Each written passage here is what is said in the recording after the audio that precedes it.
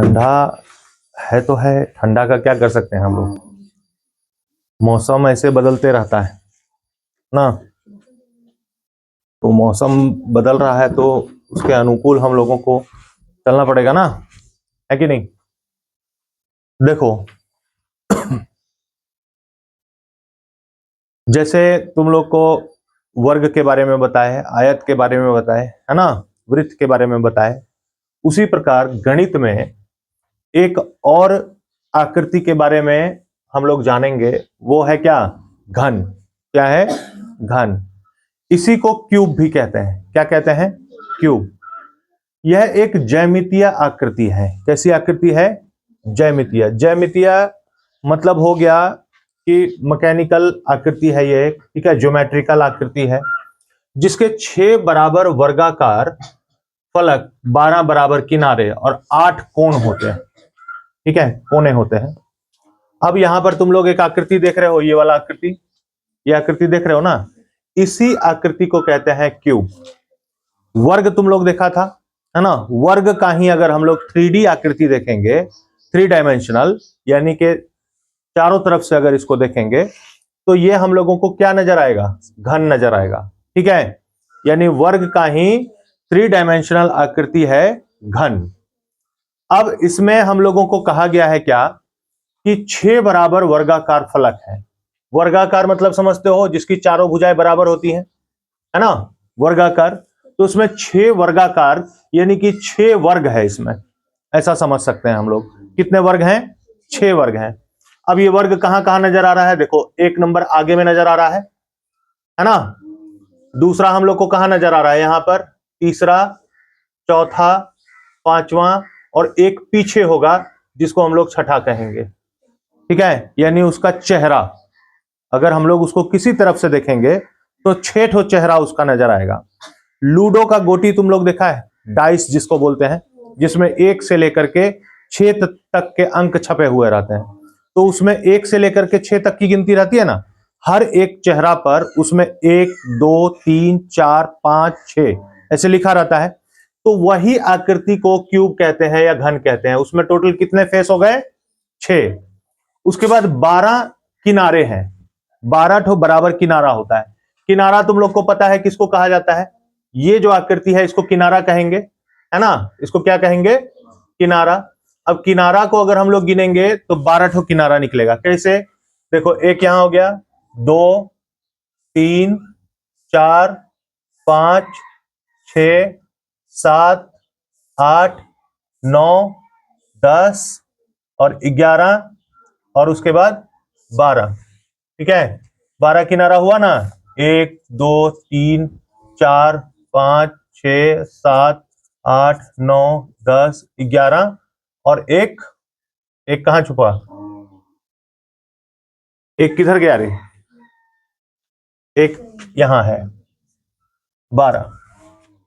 ठीक है, टोटल कितना किनारा हो जाएगा इसमें, 12 किनारा हो जाएगा। यानी ये वाला हिस्सा जो होता है ना, ये वाला हिस्सा, इसी हिस्से को कहते हैं किनारा। ठीक है, उसके बाद है इसमें 8 कोने होते हैं। कोना मतलब तुम लोग समझ रहा है, कोना किसको कहा जाता है, जहां पर से घन हम लोगों को एक वर्ग से दूसरे वर्ग में जुटा हुआ नजर आता है, उसी को उसका क्या कहते हैं, कोना कहते हैं। क्या कहते हैं, कोना। ठीक है, क्या कहेंगे उसको, कोना कहेंगे उसका। अब इसमें देखो कैसे है, ये वाला हिस्सा जो रहेगा ये कोना कहलाएगा। क्या कहलाएगा, कोना। ठीक है, तो अगर घन में हम लोग कोनों की संख्या का बात करेंगे तो कोना कै ठो निकलेगा, 8 ठो। ठीक है, उसको भी हम लोग काउंट कर सकते हैं, 1 2 3 4 5 6 7 और 8। 8 कोना निकला ना, 8 कोना होता है इसमें, जिसमें सभी भुजाओं की लंबाई, चौड़ाई और ऊंचाई समान होती है। अगर एक घन को देखोगे तो उस घन का लंबाई, चौड़ाई और ऊंचाई तीनों चीज क्या होगा, बराबर होगा, एक जैसा ही होगा, किसी भी तरफ से यह बड़ा छोटा नहीं होता है। यह गणित और वास्तविक जीवन दोनों में महत्वपूर्ण है। यह हम लोगों के गणित में तो काम आता ही है, प्लस हमारा जो वास्तविक जीवन है, इस वास्तविक जीवन में भी हम लोगों को बहुत काम में आने वाला चीज है ये। जैसे पासे और रूबिक्स क्यूब। पासा तुम लोग देखा होगा, है ना, लूडो जो हम लोग खेलते हैं उसमें पासा का इस्तेमाल करते हैं, और रूबिक्स क्यूब आजकल बच्चे जो सॉल्व करते फिरते हैं, है ना। अब फेस के बारे में तुम लोग को पता चल गया। फलक क्या होता है, 6 समान वर्गाकार फलक होते हैं, यानी चेहरा इसका 6 ठो होता है। किनारा इसका 12 ठो समान लंबाई का होता है, ये जो किनारा है। और उसके बाद शीर्ष वर्टिकल यानी के वर्टिक्स यानी के 8 कोने, जहां 3 किनारे मिलते हैं।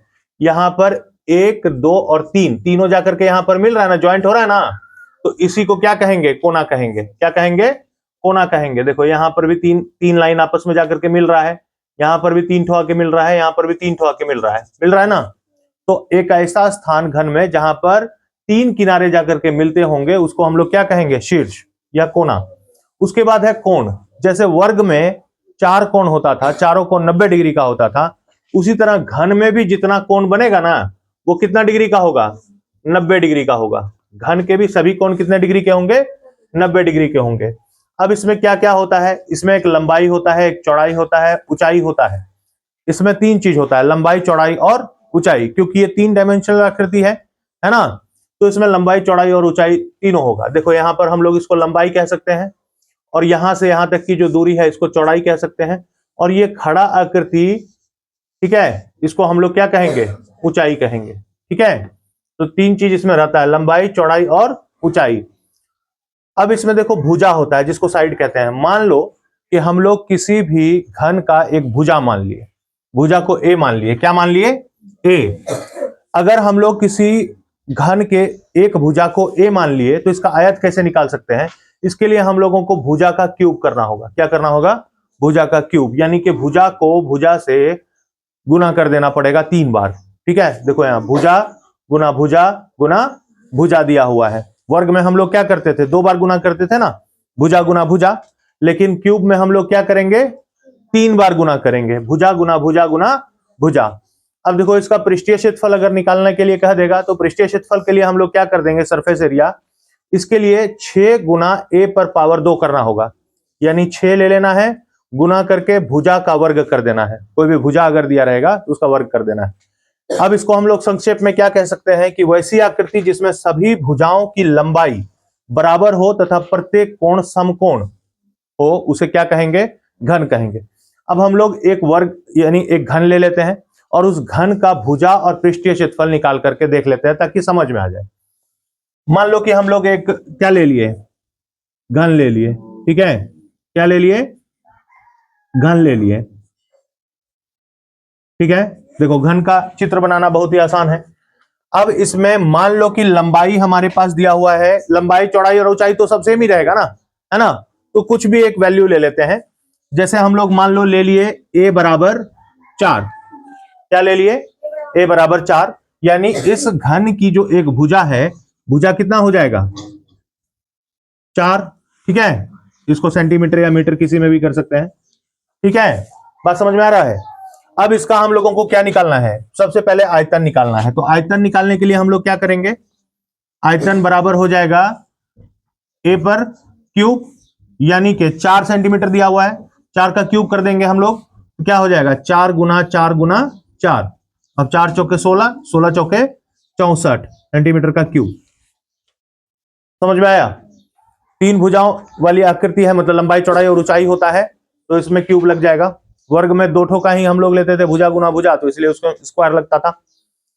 अब इसमें क्या हो जाएगा, देखो अब अगर इसका पृष्ठीय क्षेत्रफल निकालना रहे, क्या निकालना रहे, पृष्ठीय क्षेत्रफल, वही घन है, भुजा वही ले लेते हैं और पृष्ठीय क्षेत्रफल निकाल करके देखते हैं। इसमें हम लोग a बराबर कितना माने थे, 4 ना, a बराबर 4 माने हैं, तो सरफेस एरिया के लिए क्या लगाएंगे, 6 a पर पावर 2, यानी 6 गुना 4 पर पावर 2, 6 गुना 4 कितना हो जाएगा, 16, है ना। अब 16 को 6 से गुना करेंगे तो कितना हो जाएगा,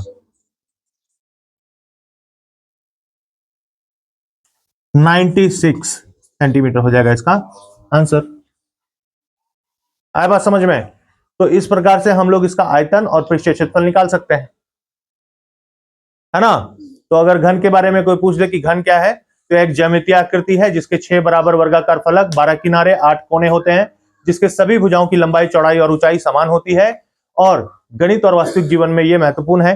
ठीक है, जैसे पासे और रूबिक्स क्यूब, इसका तुम लोग एग्जाम्पल दे सकते हो। इसमें क्या क्या होता है, 6 ठो फलक होता है, 12 किनारे होते हैं और 8 शीर्ष होते हैं। ठीक है, और इसके सभी कोण 90 डिग्री के होते हैं। समझ में आया?